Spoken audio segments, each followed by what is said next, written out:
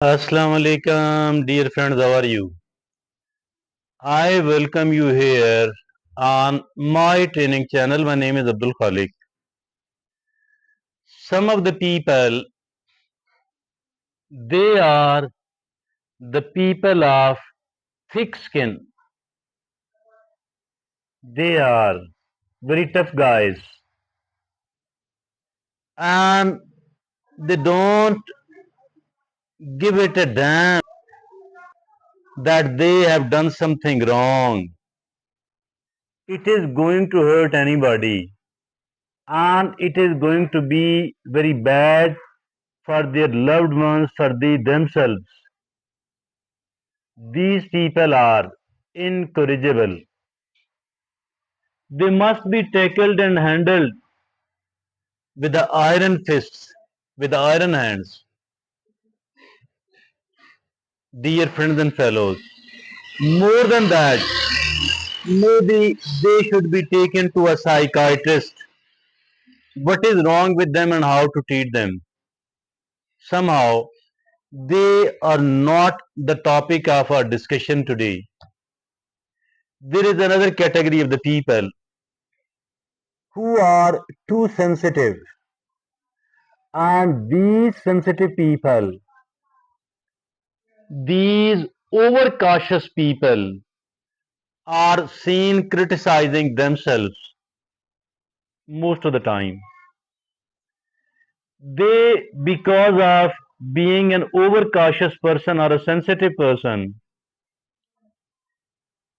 they don't want to see any sort of mistake or flaw in their performance, in their handling of the things, in the living of their life. Actually, this is not possible, totally and absolutely impractical. These people become crippled, unable to move forward, unable to develop, unable to achieve something worthwhile during their lifetime. They lag far, far, far behind than their potential because they are seen criticizing themselves for all the time, for most of the time. They are seen judging themselves for most of the time. Actually, it is quite a counterproductive habit. Maybe they are doing it because they want to perform better. In many of the cases, the parents and the teachers are seen criticizing their offspring or their student excessively, judging them all the time. These people are doing it ignorantly, not knowing that although positive feedback is something very good, very much needed, but excessive criticism, judging them all the time, that is very dangerous because it makes these people impotent and powerless. Today, we have made it a topic of discussion. What are the impacts of over criticizing oneself all the time, judging oneself all the time, and how it can be treated? There are seven major negative points of this self criticism and judgment. The first one is low self esteem. Low self esteem. Of course, everybody does need the self esteem. Constant criticism can lead to negative self image and self doubt. Negative self image and self doubt. Self doubt means lacking the self confidence. Self confidence is absolutely necessary. Negative self image means negative life. So the first negative big major impact is low self esteem. The second is anxiety and depression. Self criticism can contribute to mental health issues. Health is extremely important. Extremely important. Mental health is even more important. In the absence of mental health, nobody can stay physically healthy. So if somebody is mentally unhealthy, automatically they become physically unhealthy as well. So anxiety and depression is the second major negative impact of self criticism and judgment, self judgment. The third is fear of failure. Excessive self judgment can hold you back from taking risks and pursuing goals. We find ourselves unable to take initiative, unable to take action. Every time we are afraid of that I might fail. So those people who are ridden with the fear of failure, they don't take action at all. So the failure become 100% assured. So dear friends and fellows, don't be overcautious. Fear of failure, don't be that much, you know, immersed in the fear of failure. So that is also the impact of self-criticism, self-judgment. The fourth is that is perfectionism. Unrealistic standards can lead to burnout and dissatisfaction. Unrealistic standards. Nobody is perfect at all. We don't have never ever aim for the perfect work. Always look for the improvement. But improvement as a result of the practice only. No practice, no improvement. The more practice we do, the more improvement we will deserve. It will incur. That is the fourth negative impact of self-criticism, self-judgment. The fifth is strained relationships. Self-criticism can affect how you interact with others and form relationships. Indeed, it has several negative impacts. One of those negative impacts is the strained relationships. Look upon those people who are seen judging and criticizing themselves so often, so frequently, they cannot enjoy a good relationship with the people at all. The sixth is missed opportunities. Sixth loss is missed opportunities. Self doubt can cause you to hesitate and miss out on experiences. Self doubt. Self doubt can cause you to hesitate and miss out on experiences. So that is how we miss the opportunities as well. Because we are suffering from the self doubt. No opportunity remain available to us forever.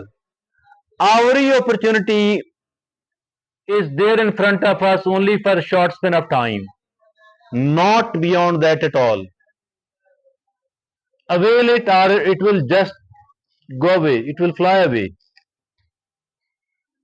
So the seventh major negative impact of the self-criticism upon our lives is physical health issues. That is, chronic stress from self-criticism can impact physical well-being as well. Chronic stress, because of the self-criticism, because of the self-judgment, it will ultimately spoil our lives as well, physical health as well.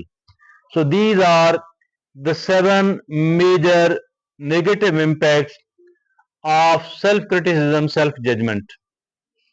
Now we are going toward the solution of it.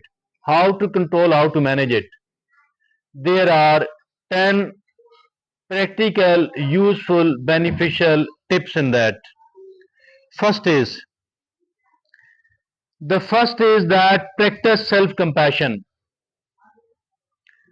Treat yourself with kindness, with understanding, and with patience. Self-compassion. Treat yourself with the kindness, with the understanding, with the patience. So that is the number one. Like we treat a loved one, the one who is very important to us. The way we treat them, we should treat here with in the same manner with ourselves. Now the second is challenge negative thoughts. That is, reframe critical inner voices with the balanced realistic ones. Reframe critical inner voices with balanced realistic ones. Yes.